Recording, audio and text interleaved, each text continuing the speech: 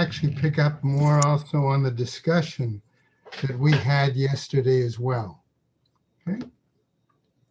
Learning sponsors, so a year of learning, Sue and Ann Garelick, in memory of Malka Pearl Mann and Philip Mann, and Yisrael David ben Harav Tzvi Hirsch, Beryl ben Harav Tzvi Hirsch, Yosef Meir ben Harav Tzvi Hirsch, Henya Rivka Pearl Barazner, Bas Harav Tzvi Hirsch, and in memory of family murdered in the Holocaust, Harav Tzvi Hirsch ben Shlomo Yaakov, Sarah bat Ephraim, Yisrael David ben Harav Tzvi Hirsch, Ephraim ben Harav Tzvi Hirsch, Adia bat Harav Tzvi Hirsch, Miriam bat Harav Tzvi Hirsch, Pesel bat Harav Tzvi Hirsch, Shalom ben Harav Tzvi Hirsch, Shlomo Yaakov ben Harav Tzvi Hirsch, Shmuel ben Harav Tzvi Hirsch.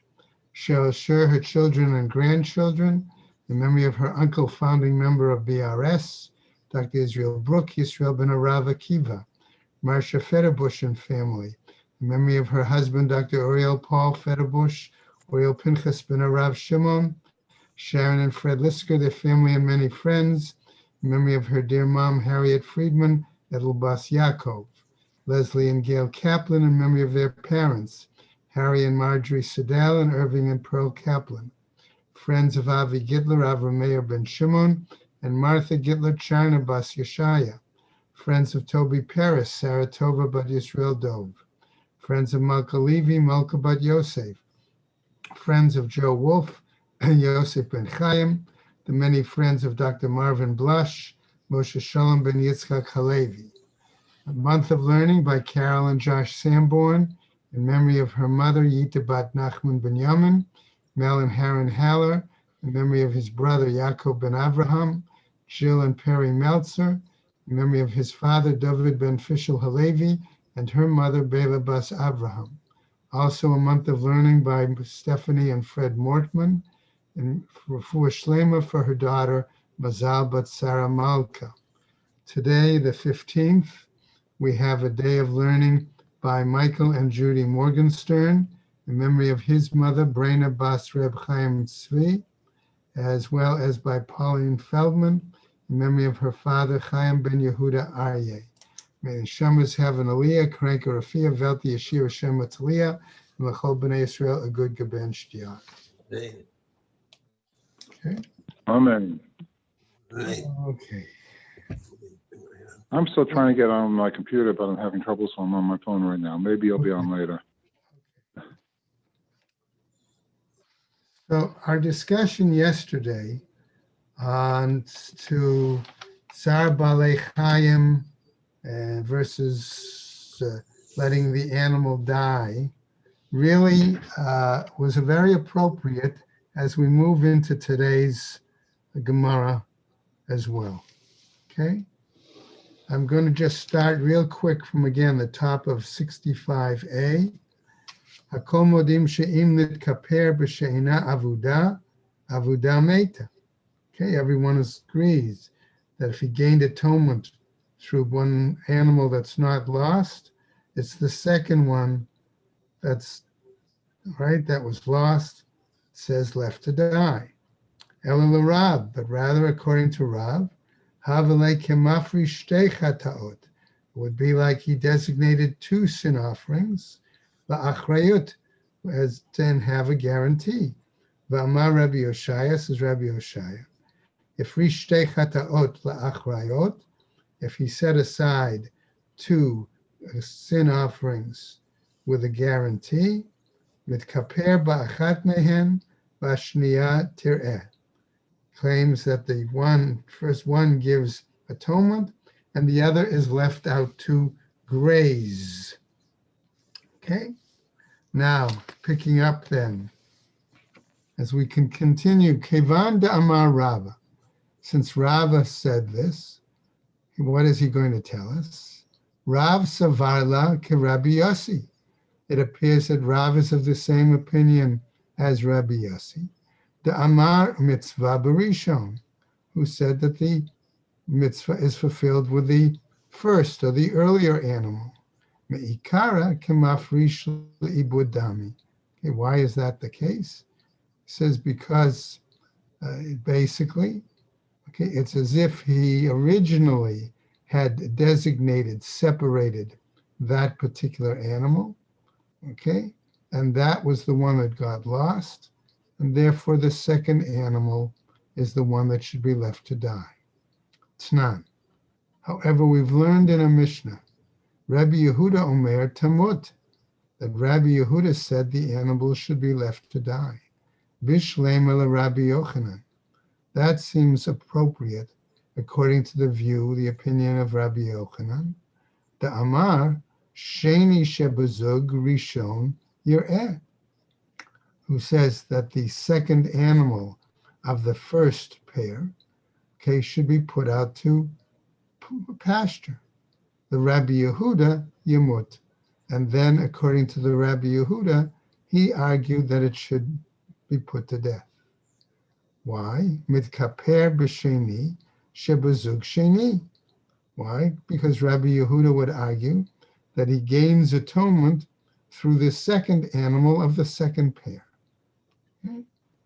Ela l'Rav. But according to Rav, the Amar sheni shebazug sheni yireh, who says that the second goat of the second pair goes to pasture, right? The Rabbi Yehuda Yamut, whereas Rabbi Yehuda says that animal should be allowed to die. The Rabbi Yehuda, b'mai mekaper. If that's the case, then by what animal does Rabbi Yehuda say atonement is gained? Mi savrat Rabbi Yehuda asheni shebazug sheni kai. Are we talking then of that Rabbi Yehuda is of the opinion that on the second animal of the second pair, okay, that's the goat that's remaining, that's standing, so to speak? Rabbi Yehuda, Asheni Shebazug Rishon Kai. Rabbi Yehuda, however, must therefore be of the opinion of the second animal from the first pair, okay? That's what he's referring to, right? That's the one that would be case, right? So his point is that referring to the second goat of the first pair, the second goat of the second pair, right, would be then the one that would be sacrificed. V'ika dekam motiv hachi. And there are those who raised an objection and challenged it the following. Va'odama Rabbi Yehuda.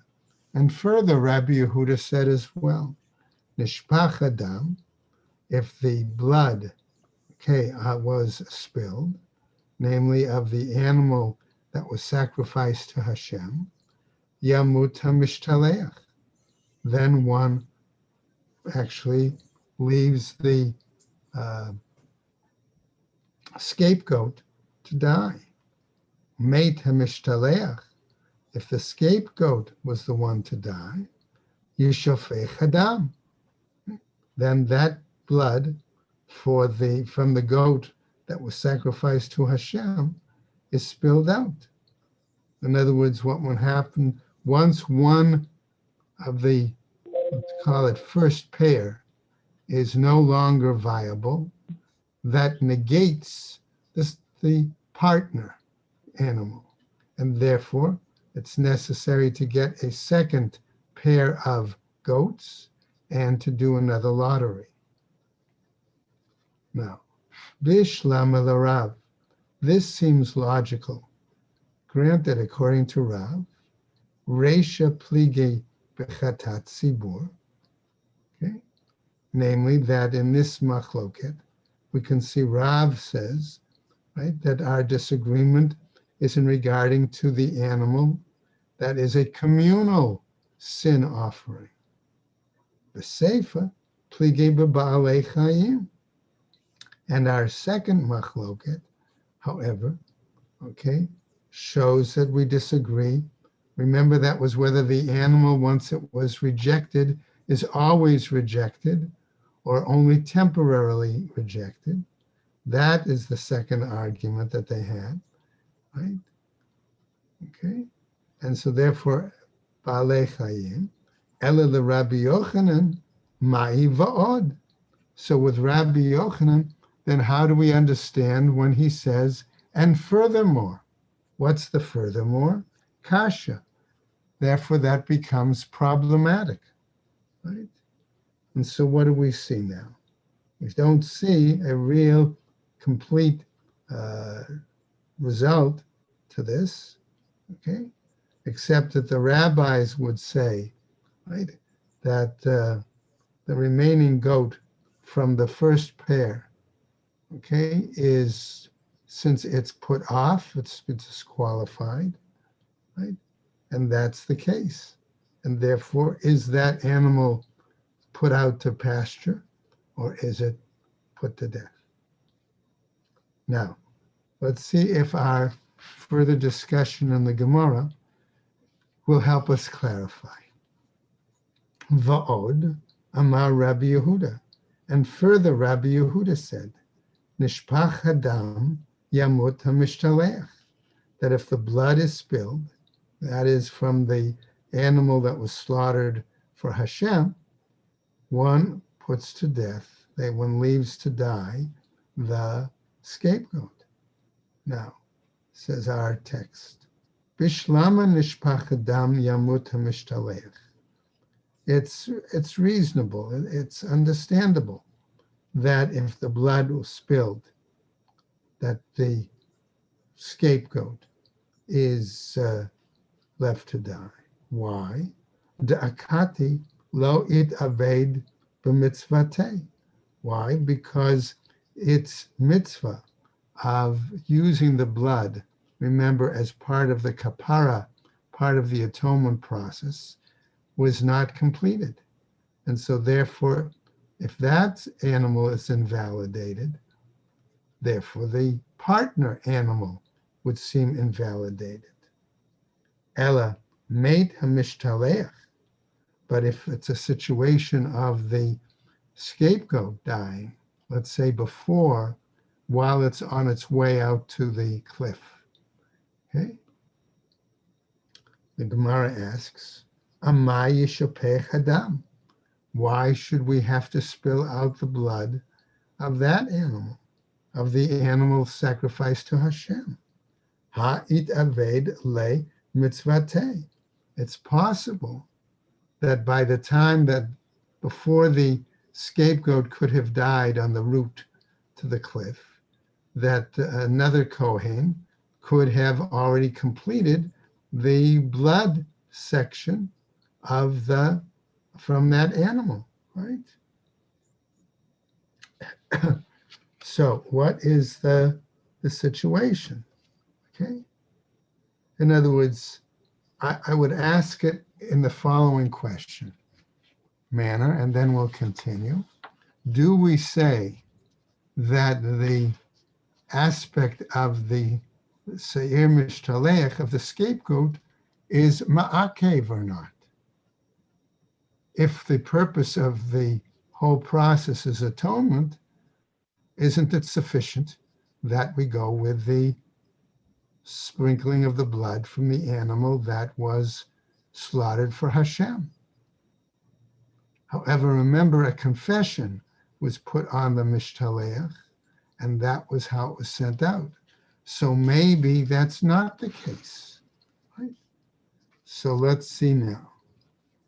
Amrei Debe Rabbi Yanai, Amarkra. The scholars of the Academy of Rabbi Yanai pointed to a pasuk, and they said, it said, Ya'amad Chai Lefnei Hashem Lechaper. But the goat on which the lot fell for Azazel shall be stood alive before Hashem to make atonement over him, to send him away to Azazel in the wilderness. That pasuk would seem to imply, the Academy of Rabbi Yanai said, that the Azazel, the Mishtalech, is part of the atonement process, and that therefore it is Ma'akeh. And so what happens? Ad matai yihiyeh zakuk lihot chai. Up to what point do we say the Mishtaleach must remain alive? Ad sha'at matan damim shel chavero. until at least the time of the blood being sprinkled from its partner animal. Tznan hatam. And in fact, we learned there in a Mishnah, happens to be from Shkolim, B'nei ha'ir, sheshalchu et shikleihem. Okay, remember, we probably all remember this somewhat, that if people from a town sent their machatzit hashekel, right, it had to be in before the beginning of Nisan, right? And so what happens? They sent their shkolim, v'nignevu, and those shkolim were stolen, o she'avdu, or they got lost. What happens? Im nitroma truma, if the loss or the by stealing or whatever occurred after they had begun to remove shkalim from the lishka in Jerusalem, nishba'im legazbarim, then the messengers, okay, or collectors, however we want to term them, must make an oath before the temple treasurers. Okay. Furthermore, ve'im lav, and if it was a situation that they had not begun to remove the shkalim from the lishka, right?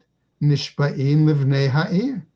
They must make a testimony, take oaths before the townspeople. Uvnei ha'ir shoklin acherim tachtehen. And if that's the case, right, then the townspeople must make another donation of shkalim in the place of those that were stolen or lost. Nimtza'u, in this case, therefore, we find as follows: O shehechzirum haganavim, or let's say that the thieves returned shkalim, elu ve'elu shkalim hem. Both these and these are the shekalim that remain sanctified. Ve'ein olim lehem l'shana haba'ah. And they cannot be counted. You can't say, well, oh, the ones that got returned will go for this year, and since we had to give again, let's pay that up for next year. Doesn't work that way. Lehem l'shana haba'ah. Rabbi Yehuda Omer, olim lehem l'shana haba'ah. Rabbi Yehuda disagreed and said, no, those, let's say, second batch of shkalim, right? Those should be able to be applied to the new requirement of the following year. My Tama de Rabbi Yehuda. So the Gemara wants to know, why is this Rabbi Yehuda's view? Amar Rava, says Rava, Kasava Rabbi Yehuda, Chovot shel shana zo, krevot l'shana haba'ah. Rava, says Rabbi Yehuda, holds to the view that the obligations of this year can also be brought in the following year. Right? And we do know, remember, that among the containers, that they had containers for old shkalim and for new shkalim, okay, in case people had not paid the previous year's requirement. So, Etive Abaye.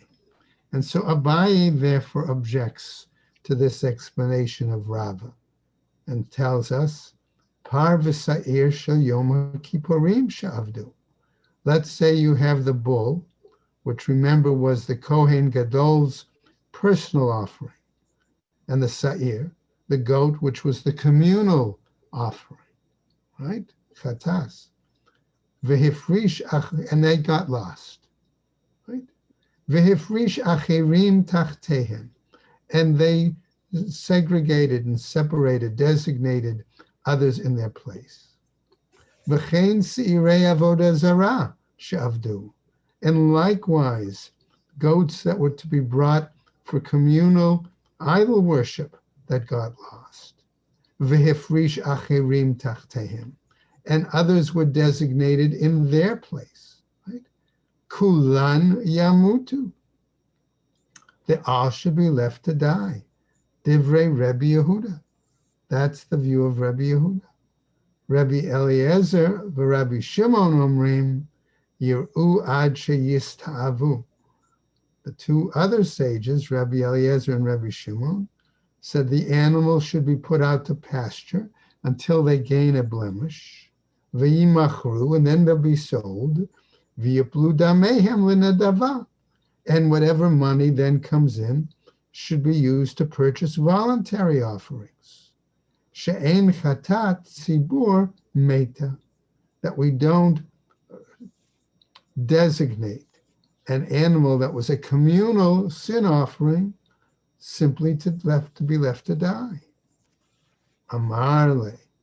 And so they said, Rava said to him the following as we go to the next Amud, right? Korbanot Sibor Ka'amrat. You're talking about communal offerings. Shani Korbanot Sibor Kidarabi Tavi. That communal offerings are different, according to the view of Rabbi Tavi. Amar Rabbi Yoshaya, who said it in the name of Rabbi Yoshaya. The Amar Rabbi Tavi, Amar Rabbi Yoshaya, Amar Kra. And they pointed then to a pasuk. Zot olat chodesh b'chodsho.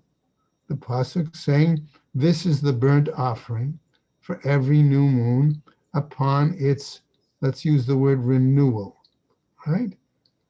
In other words, from 1 month throughout the rest of the year.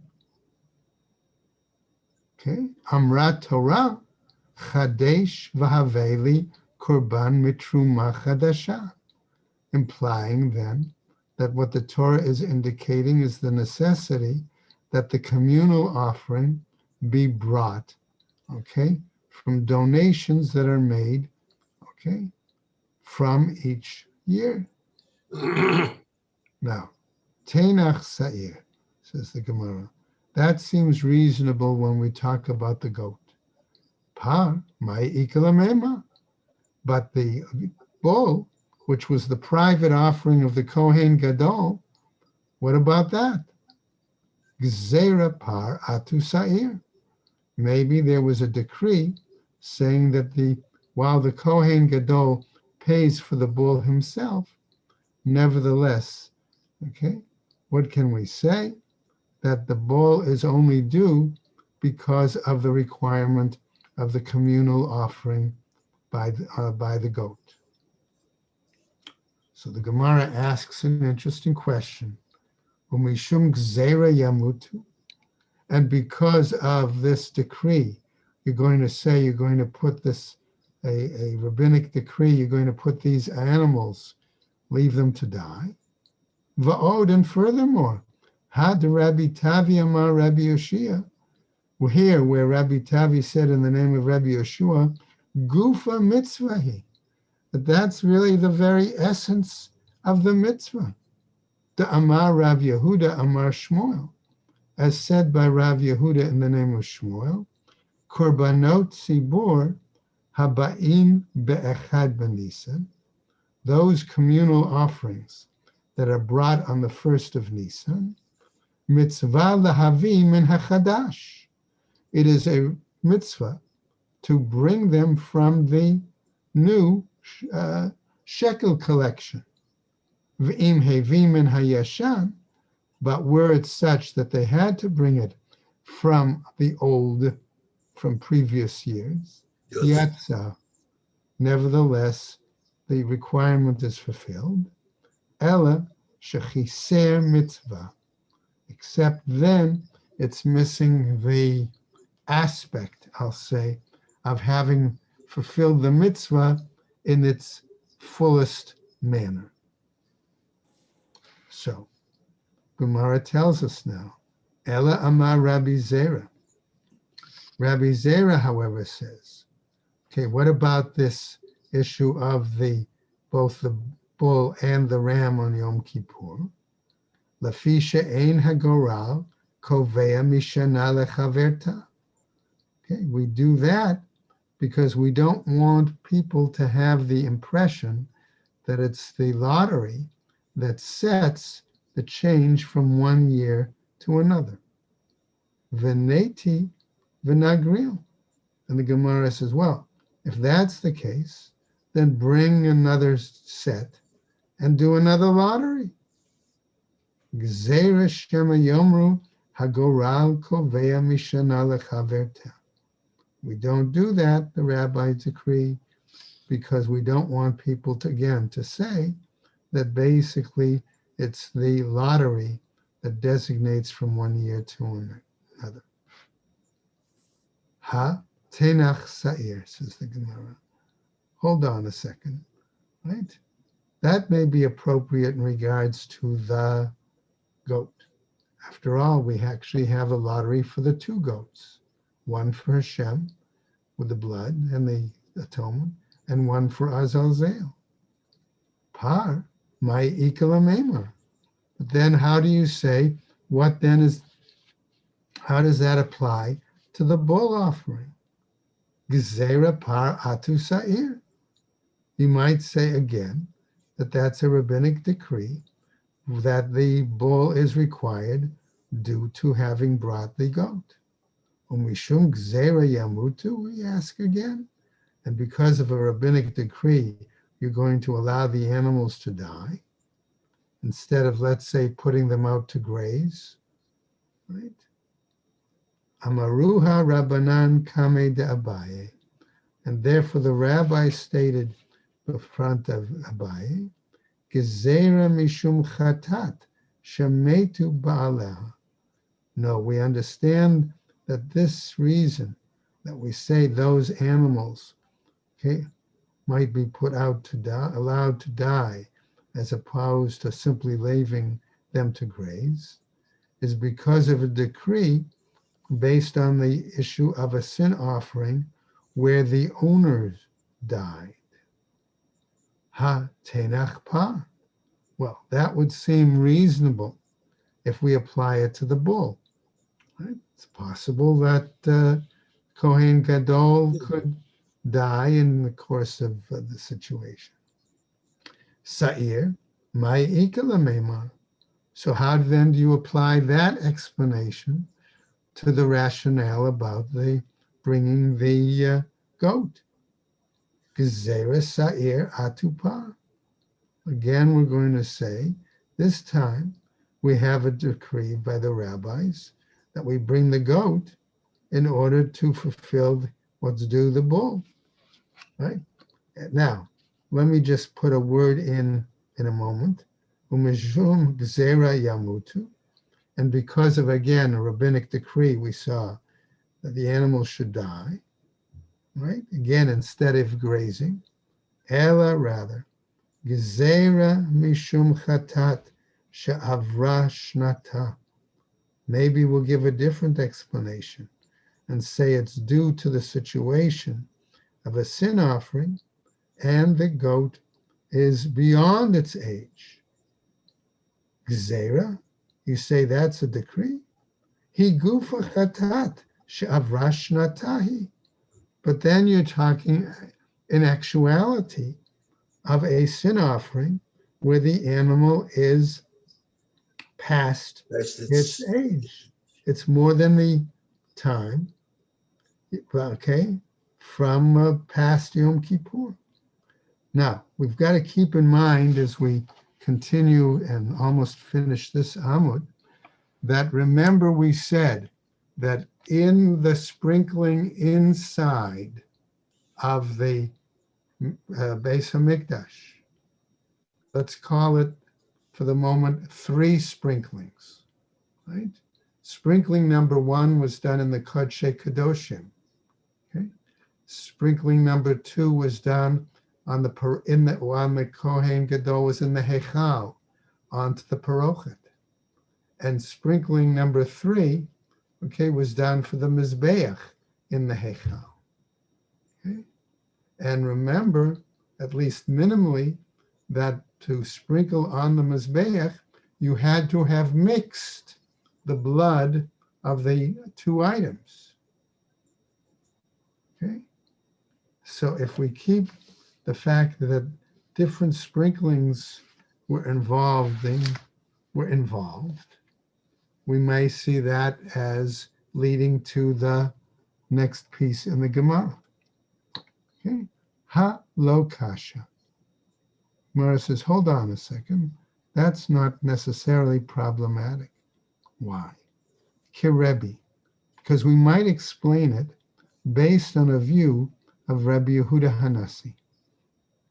Tanya, as taught elsewhere in a Braita, Shana Tmima.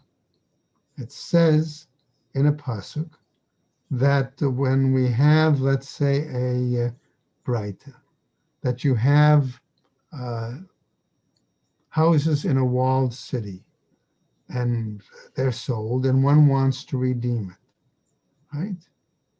The pasuk says, and if it is not be redeemed within the space of a full year, Moneh shalosh me'ot v'shishim v'chamisha yom. According to Rebbe, it would seem that he could count the number of days in a solar year, 365. Keminyan yemot hachama, like the count of the days of the full solar year, right? Divrei Rebbe, that's the view of Rebbe. That's what Shana Tmima means. V'chachamim omrim, however, the sages say, Moneh shnei masar chodesh miyom liyom, that one counts not solar days, but the number of months, okay, from the date, okay, of the sale through to the next 12 months, day to day. So what happens here? Okay, we seem to see that the Rabbi Yehuda Hanasi's opinion is, if the question having raised, if the goat is less than a certain amount of time from the previous Yom Kippur, okay, it's not going to be disqualified on Yom Kippur, right? So long as it's at least 365 days old. Okay? Whereas the rabbis may disagree in terms of how to determine the age of that animal. So we'll go over just a tiny bit and say, Ve'im nit abra, and let's say it had become a leap year, right? Nit abra lemocher. We say in that situation of the redemption of a house that it became extended and it benefited the seller. Hatenach sa'ir. Can you therefore say that this applies to the animals, to the goat? Par mai ikalamema. Fine, so say you can apply it to the goat. What about the bull? Right? Gezerah par hatu sa'ir. Our answer here again is the rabbinic decree is that we require the bull because we also need it to go along with the goat. And we ask our same question. Umishum gezerah yamut, are we going to say therefore that because of a rabbinic decree, you're going to allow these animals to die instead of graze? Va'od, and furthermore, chatat she'avra shnata. Okay, don't we have a principle that says that a chatas, a sin offering, that's past its year, l'ri'iyah azla, it's expected to go out to graze. Da'amar Reish Lakish, as Reish Lakish said, chatat she'avra shnata, a chatas, a sin offering, that the year has passed.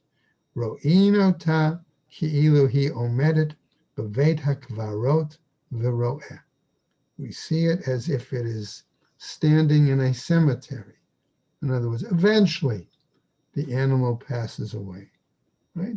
And we allow it to graze. And therefore, when it gets blemished, that's when it's sold for and the money used for a sin, for a voluntary offering. Okay? Ela Amar Rava, but Rava disagrees, and he says, Gezerah mishum takala. No, that decree was due because of a concern that some mishap might occur. Ein makdishin ve'ein ma'arichin ve'ein macharemin bisman hazeh. Okay, why? Because we have a decree that tells us, in this case or in others, one may neither consecrate an object, one may neither take the value of the object, nor may one dedicate the object to temple, to the Beis Hamikdash, either as a Bedek Habayit or otherwise at this time. Why? Because the temple doesn't exist. Right? And so tomorrow we'll pick up the Gemara, okay? That will then try to clarify, okay? What potential mishap could they be referring to as a rationale for this decree, right? And going on to there, we'll finish up that discussion, and then we'll get to a new Mishnah as well. Okay. Everybody stay well and have a good day, everybody. Good day, everyone. Okay.